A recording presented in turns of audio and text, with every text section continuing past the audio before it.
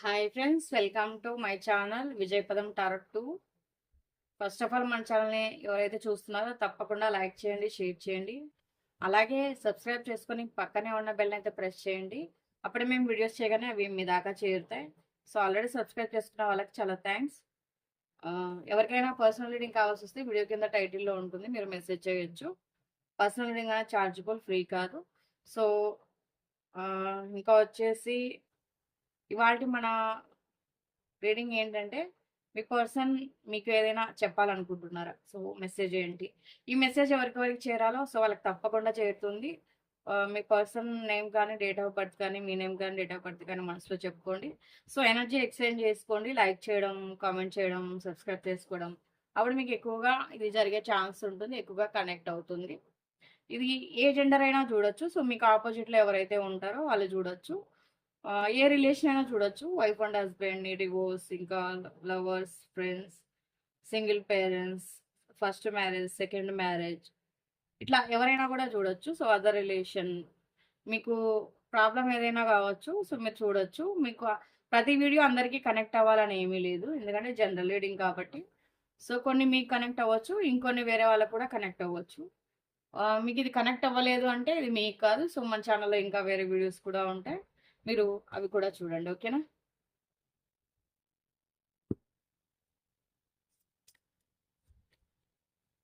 Small వీడియోసే చేస్తున్నాను కాబట్టి small వీడియోనే చేస్తాను.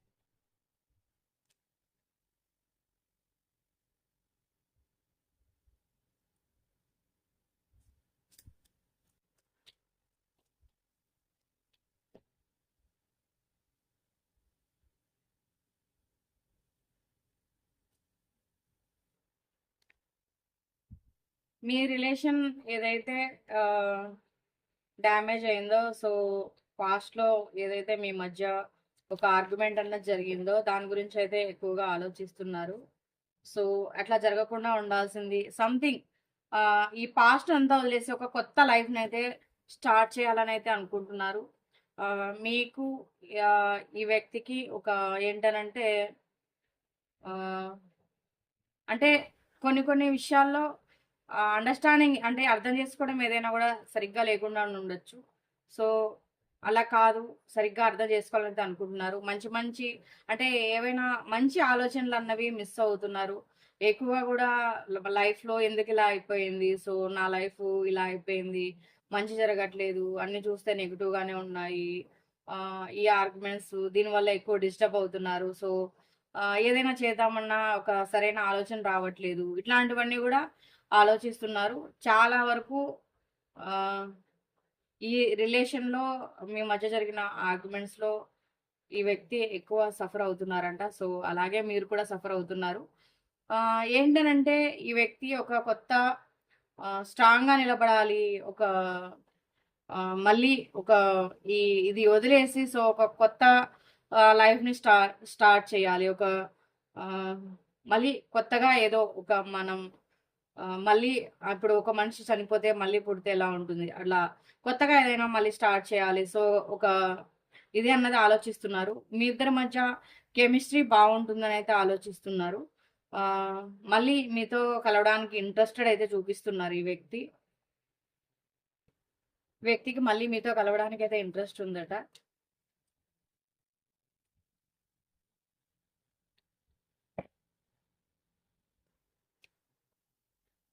మీరు చాలా వరకు మళ్ళీ మళ్ళీ ఆర్గ్యుమెంట్ మళ్ళీ మళ్ళీ ఆర్గ్యుమెంట్స్ చేస్తూనే ఉంటారు. సో మళ్ళీ మళ్ళీ గొడవ పడుతూనే ఉంటారు. ఇట్లాంటి పరిస్థితి రాకుండా సో ఒకరినొకరు అర్థం చేసుకొని హ్యాపీగా ఉండాలి, మంచిగా ఫీల్ అవ్వాలని అయితే కోరుకుంటున్నారు. సో ఇట్లా మళ్ళీ ఇట్లాంటి రోజు ఒకటి రాకూడదు అని అయితే ఫీల్ అవుతున్నారు, విష్ చేసుకుంటున్నారు. సో మళ్ళీ ఇట్లాంటి దూరం రాకూడదు, ఇట్లాంటి ఆర్గ్యుమెంట్స్ రాకూడదు. సో హ్యాపీగా ఉండాలి. ఇప్పుడు పాస్ట్‌లో ఏదైతే జరిగిందో ఇదంతా ఉండకూడదు. ఇట్లాంటివన్నీ అయితే ఆలోచిస్తున్నారు. సో ఇప్పుడున్న ఈ సిట్యుయేషన్‌లో ఎక్కువగా హర్ట్ అయ్యారట. చాలా వరకు ఆలోచిస్తూ బాధపడుతున్నారట. మీతో అంటే కాల్ కానీ ఏదైనా కూడా చేసి మీతో మాట్లాడాలి. అట్‌లీస్ట్ మీ వాయిస్ అయినా వినాలి అని అయితే ఆలోచిస్తున్నారు. ఒకవేళ అలా మీతో కాంటాక్ట్ అవ్వకపోతే గనక మీరు ఎప్పుడైనా వాయిస్ మెసేజెస్ పెట్టి ఉంటారు గదా! సో, అట్లా వాయిస్ మెసేజ్ చూడడం గానీ, వినడం గానీ, గుర్తు చేసుకోవడం గానీ, మీ ఫోటోస్ చూడడం గానీ ఇట్లాంటివి చేస్తున్నారు. కాకపోతే ఏంటంటే మీ పర్సన్ మీ వాయిస్ కానీ, మీతో మాట్లాడడం కానీ చేయాలనుకుంటున్నారు. సో, మీరు బాగా గుర్తొస్తున్నారు. మీరు కాల్ చేస్తే మీ వాయిస్ ఒకసారి వినాలని అయితే అనుకుంటున్నారు. చాలా కన్‌ఫ్యూజన్‌లో అయితే ఉన్నారు. ఈ డిస్టర్బెన్స్‌ని. సో, మీ మధ్య గొడవ ఏదైనా రావచ్చు. ప్రెజెంట్ ఈ వ్యక్తి ఏం ఆలోచిస్తున్నారో నేనది చెప్తున్నాను. మీకేం చెప్పాలనుకుంటున్నారో అది చెప్తున్నాను. సో, మీ మధ్య ఈ దూరానికి చాలా కన్‌ఫ్యూజన్‌లో అయితే ఉన్నారు. సో, ఇదంతా ఎప్పుడు క్లియర్ అవుతుందనైతే ఆలోచిస్తున్నారు.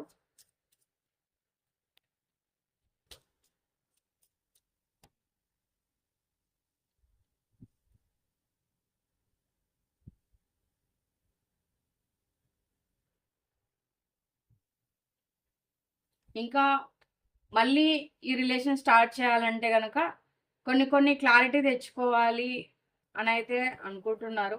అంటే ఏదైనా గూడా క్లారిటీగా ఉండి ఒక రిలేషన్‌లో ఉంటే బావుంటుంది గానీ, ఏదో వచ్చామా, వెళ్ళామా అన్నట్లుంటే గాదు గదా!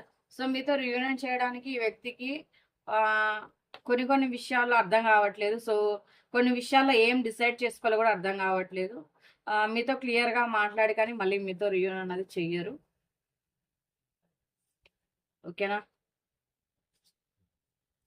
సో, చూద్దాం. ఇంకా నేను కార్డ్స్ ప్రిపేర్ చేశాను గదా!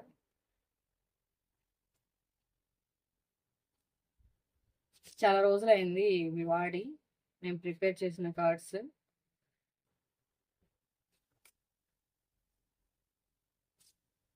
ఇంకా కొన్ని ప్రిపేర్ చేద్దాం అనుకున్నాను గానీ టైం కుదరట్లేదు.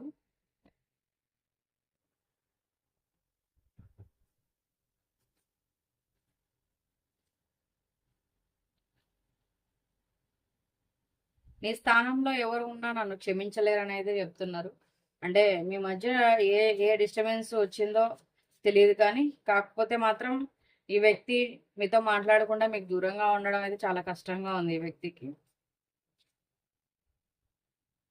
నీ ప్రేమ దొరకడం నా అదృష్టం.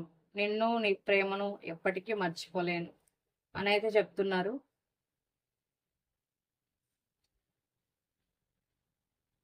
నేను ఎందుకో రిస్క్ చేయలేకపోతున్నాను అని చెప్తున్నారు. అంటే మళ్ళీ మళ్ళీ రిపీట్ అవుతుందేమో మీ మధ్య ఇదంతా అని గూడా ఆలోచిస్తున్నారు.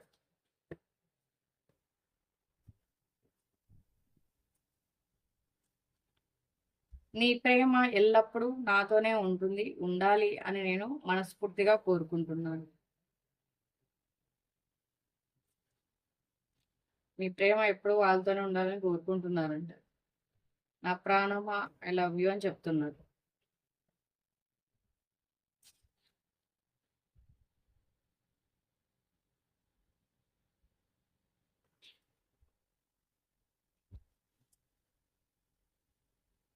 నువ్వు నా నువ్వు నాకు బాగా గుర్తొస్తున్నావు. నిన్ను మర్చిపోలేకపోతున్నాను అని చెప్తున్నారు.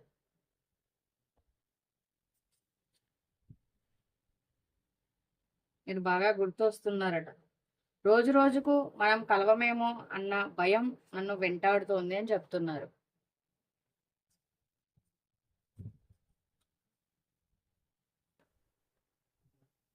నీవు లేని ఈ లోటు ఎవరు తీర్చలేరు అని చెప్తున్నారు. ఇందాక కూడా అదే కదా! సో, మళ్ళీ కలవాలన్నా కూడా మీ మధ్య డిస్టర్బెన్స్ రాకుండా క్లియర్ చేసుకోవాలని అయితే ఆలోచిస్తున్నారు. చాలా కన్‌ఫ్యూజ్‌లో ఉన్నారనమాట. ఎలా దీన్ని క్లియర్ చేయాలనేసి. సో, మనకు దానికి తగినట్టుగానే ఈ మెసేజెస్ కూడా వచ్చాయి గదా!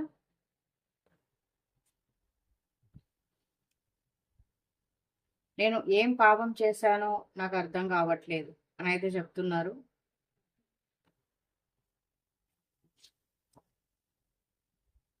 కేవలం నీ వల్ల మాత్రమే నా లైఫ్‌లో సంతోషాలను చూశాను అని చెప్తున్నారు. మీ వల్లే ఆ వ్యక్తి చాలా సంతోషాలను అయితే చూసారట వాళ్ళ లైఫ్లో. చాలా ఇంకొన్ని తీద్దామా. నా జీవితంలో ఎప్పటికీ మర్చిపోలేని వ్యక్తివి నువ్వు. ఎప్పటికీ నా గుండెల్లో స్థిరంగా ఉంటావని చెప్తున్నారు. ఎవరొచ్చినా మిమ్మల్ని అయితే మర్చిపోరట. మిమ్మల్ని మాత్రం గుర్తుపెట్టుకుంటారట. ఇది విన్నారా? నేను చాలా మారాను. కానీ రాలేని పరిస్థితిలో ఉన్నాను. కొత్త లైఫ్ స్టార్ట్ చేయాలి. కొత్తగా అంటే అన్నీ మర్చిపోవాలి. సో, చాలా లెసన్స్ నేర్చుకున్నారని చెప్పాను కదా! సో, చాలా మారారట చూడండి. మళ్ళీ నీ దగ్గరికి రావాలని నా మనసు చాలా ఆరాటపడుతుంది అని చెప్తున్నారు. తీస్తూ ఉంటే వస్తూ ఉంటాయి. సో, నువ్వు నా లైఫ్‌లో లేకపోతే నీ విలువ నాకు తెలిసొస్తుంది అనైతే చెప్తున్నారు. మీరు లేనప్పుడు అర్థమవుతుందట. మీరున్నప్పుడు నిర్లక్ష్యం, గొడవలు, మీరు లేనప్పుడు తెలిసొస్తుందట. నీ పట్ల నేను చేసిన మోసానికి నీ కాళ్ళపై పడి క్షమాపణ అడగాలని ఉంది అని అయితే చెప్తున్నారు. సో, అడగనివ్వండి. తప్పు ఎవరైనా తప్పే కదా! నా హృదయంలో నిన్ను బంధించుకున్నాను అని చెప్తున్నారు.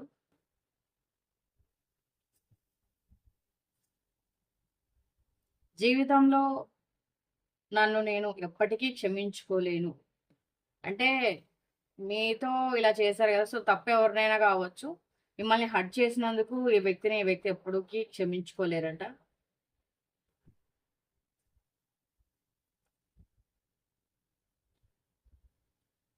2 వస్తున్నాయి.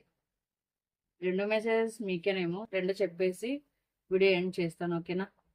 లైఫ్‌లో నేను ఎవరికైనా క్షమాపణ చెప్పవలసి వస్తే అది నీకు మాత్రమే అని చెప్తున్నారు. మీకు తప్ప ఎవరికీ క్షమాపణ చెప్పాల్సిన అవసరం లేదట. నువ్వు లేని ఈ జీవితం నాకు భారంగా అనిపిస్తుంది అనైతే చెప్తున్నారు. మీరు లేని లైఫ్ వాళ్ళకి కష్టంగా ఉందట. సో, ఇవాల్టి రీడింగ్ అయితే ఇది. ఈ రీడింగ్ ఎవరికైతే కనెక్ట్ అయిందో వాళ్ళ అభిప్రాయాన్ని తప్పకుండా కామెంట్ చేయండి. సో, ఎవరికైనా పర్సనల్ రీడింగ్ కావాల్సొస్తే వీడియో కింద టైటిల్ నెంబర్ ఉంటుంది. మెసేజ్ చేయండి. పాజిటివ్ రీడింగ్ క్లెయిమ్ చేసుకోవడం కోసం 555 నెంబర్‌నైతే మెన్షన్ చేసి పాజిటివ్ రీడింగ్‌నైతే క్లెయిమ్ చేసుకోండి. సో, ఎనర్జీ ఎక్స్చేంజ్ చేసుకొని ఆహ్, లైక్ చేయండి. సో, కామెంట్ చేయండి. సబ్స్క్రైబ్ చేసుకోండి. మరో వీడియోతో మళ్ళీ కలుద్దాం. Thank you for watching. By by.